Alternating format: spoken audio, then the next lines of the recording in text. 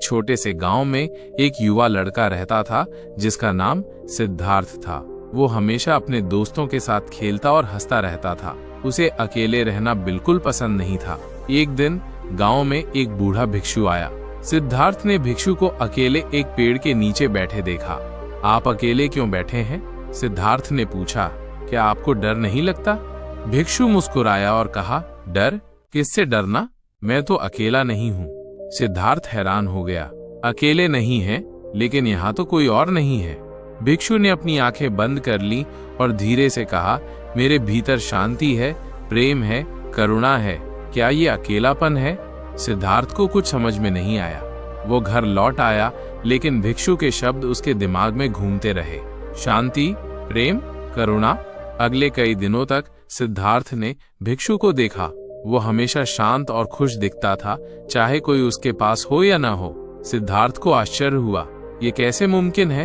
एक दिन सिद्धार्थ हिम्मत करके फिर से भिक्षु के पास गया। मुझे समझ में नहीं आता, उसने कहा।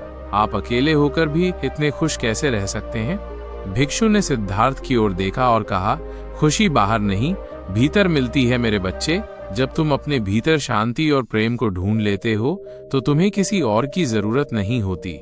सिद्धार्थ ने इस बारे में बहुत सोचा। धीरे धीरे उसे भिक्षु की बात समझ में आने लगी। उसने अपने भीतर झांकना शुरू किया। उसने अपनी सांसों पर ध्यान देना सीखा। उसने अपने विचारों और भावनाओं को बिना किसी जजमेंट के देखना सीखा। और आश्चर्य, उसे अपने भीतर एक शांति महसूस होने लगी जो उसने पहले कभी महसूस नहीं की थी। ये एक शांत, स्थिर जगह थी जो हमेशा उसके साथ थी, चाहे उसके आसपास कोई हो या न हो। अब सिद्धार्थ कभी कभी अकेला बैठता था। पहले उसे डर लगता था, लेकिन अब उसे शांति मिलती थी। उसे पता चल गया था कि असली साथी तो उसके भीतर ही है। वाह, ये कितना अद्भुत था। क्या आपको ये कहानी पसंद आई? क्या आप कुछ और जानना चाहेंगे? जरूर, कहानी जारी है। समय बीतता गया। सिद्धार्थ बड़ा हो गया, लेकिन वह उस दिन को कभी नहीं भूला जब उसने बूढ़े भिक्षु से अकेलेपन का असली अर्थ सीखा था। अब वो गांव के दूसरे बच्चों की तरह हमेशा झुंड में रहने की जरूरत महसूस नहीं करता था। वो अब भी अपने दोस्तों के साथ खेलता था, हंसता था, लेकिन उसे कभी कभी अकेले रहना भी अच्छा लगता था। उस अकेलेपन में उसे वो शांति मिलती थी जो बाहर की भाग दौड़ में कहीं खो जाती थी। एक दिन गांव में एक मेला लगा। हर तरफ शोरगुल था, रंग बिरंगी दुकानें थीं और लोगों की भीड़ थी। सिद्धार्थ भी अपने दोस्तों के साथ मेला देखने गया। वहां बहुत मजा आ रहा था। उन्होंने झूले झूले, मिठाइयां खाईं और खूब हंसे। लेकिन शाम होते होते सिद्धार्थ को थोड़ी थकान महसूस होने लगी। भीड़ का शोर अब उसे अच्छा नहीं लग रहा था। उसके दोस्त अभी और घूमना चाहते थे, लेकिन सिद्धार्थ ने उनसे कहा कि वो अब घर जाना चाहता है। उसके दोस्त थोड़े हैरान हुए। अरे, अभी तो और मजा आएगा, उन्होंने कहा। तुम अभी से क्यों जा रहे हो? सिद्धार्थ मुस्कुराया और कहा, मेरा मन थोड़ा शांत होना चाहता है।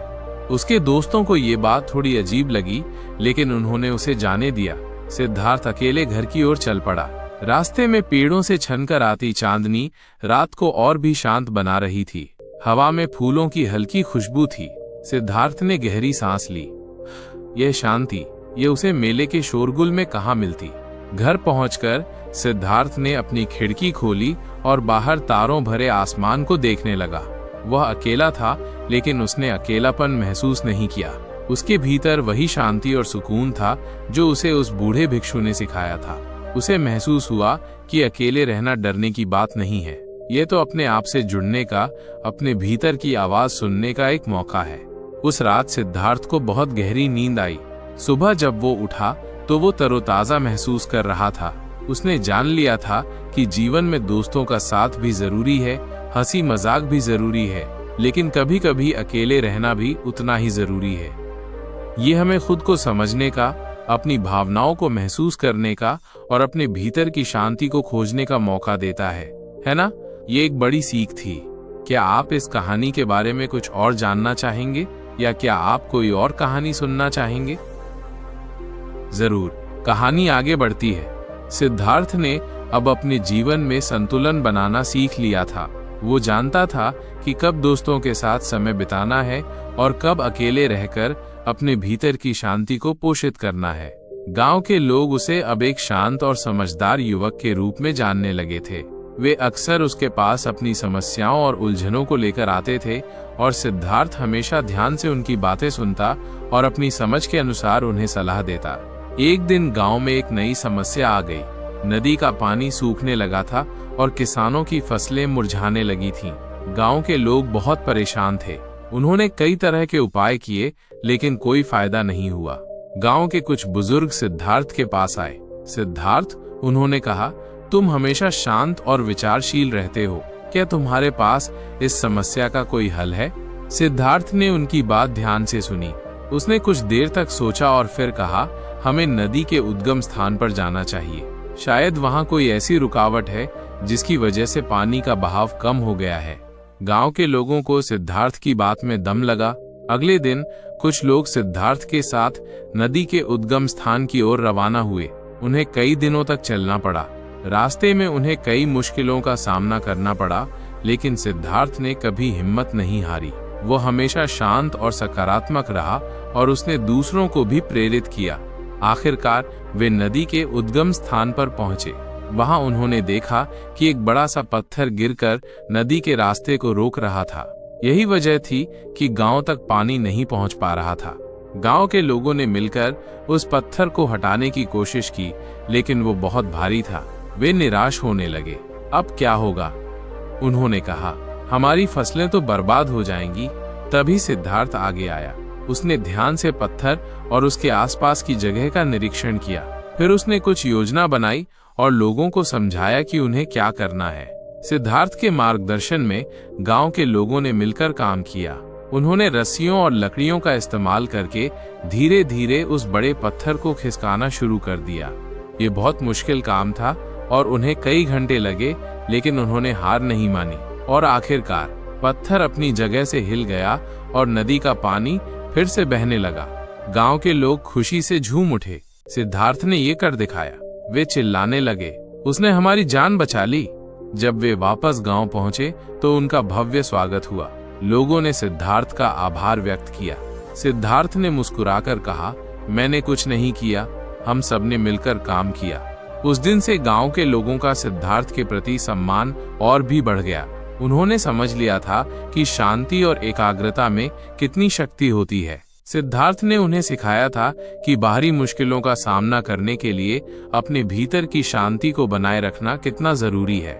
और ये सब उसने उस बूढ़े भिक्षु से सीखा था, जिसने उसे अकेले रहने का सही अर्थ सिखाया था। वाह, ये तो सच में एक प्रेरणादायक कहानी है। क्या आप इस कहानी में और कुछ जानना चाहेंगे, या क्या अब हम एक नई कहानी शुरू करें? जरूर, कहानी जारी है। सिद्धार्थ अब सिर्फ एक शांत युवक ही नहीं रहा, बल्कि वह अपने गांव का एक मार्गदर्शक बन गया था। लोग अब भी अपनी समस्याओं को लेकर उसके पास आते थे, लेकिन अब वे सिर्फ सलाह ही नहीं मांगते थे, बल्कि उसकी शांति और स्थिरता से भी प्रेरणा लेते थे। सिद्धार्थ ने कभी किसी को निराश नहीं किया। वह हमेशा धैर्य से सबकी बातें सुनता और अपनी समझ के अनुसार उनकी मदद करता। एक बार पड़ोसी गांव में सूखा पड़ गया। वहां के लोग खाने पीने के लिए तरस रहे थे। जब सिद्धार्थ को इस बारे में पता चला तो वो बहुत दुखी हुआ। उसने अपने गांव के लोगों से बात की और उनसे पड़ोसी गांव की मदद करने का आग्रह किया। शुरुआत में कुछ लोग हिचकिचाए, उनके पास भी बहुत ज्यादा अनाज नहीं था, लेकिन सिद्धार्थ ने उन्हें समझाया कि मुश्किल समय में एक दूसरे की मदद करना ही मानवता है। उसने उन्हें उस बूढ़े भिक्षु की बात याद दिलाई कि भीतर करुणा का होना कितना जरूरी है। सिद्धार्थ की बातों का लोगों पर गहरा असर हुआ। आखिरकार पूरा गांव पड़ोसी गांव की मदद के लिए तैयार हो गया। उन्होंने अपनी फसल और खाने पीने की चीजें इकट्ठा की और सिद्धार्थ के नेतृत्व में पड़ोसी गांव की ओर चल पड़े। जब वे पड़ोसी गांव पहुंचे तो वहां के लोगों की खुशी का ठिकाना नहीं रहा। उन्होंने कभी सोचा भी नहीं था कि कोई उनकी मदद के लिए आएगा। सिद्धार्थ और उसके गांव के लोगों ने उन्हें अनाज और पानी दिया। उन्होंने मिलकर उनके खेतों को फिर से हरा भरा बनाने में मदद की। पड़ोसी गांव के लोगों ने सिद्धार्थ और उसके गांव के लोगों का बहुत आभार माना। उन्होंने कहा कि उन्होंने न सिर्फ उनकी जान बचाई, बल्कि उन्हें ये भी सिखाया कि मुश्किल समय में भी उम्मीद नहीं छोड़नी चाहिए।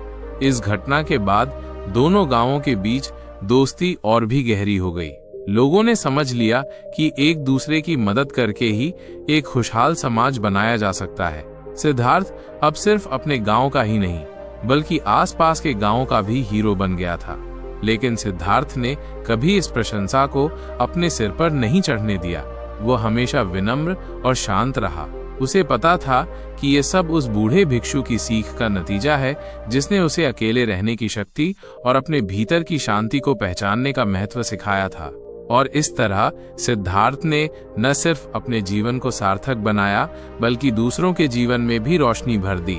उसने दिखा दिया कि सच्ची खुशी और शक्ति बाहर की भीड़ में नहीं बल्कि अपने भीतर की शांति और करुणा में छिपी होती है।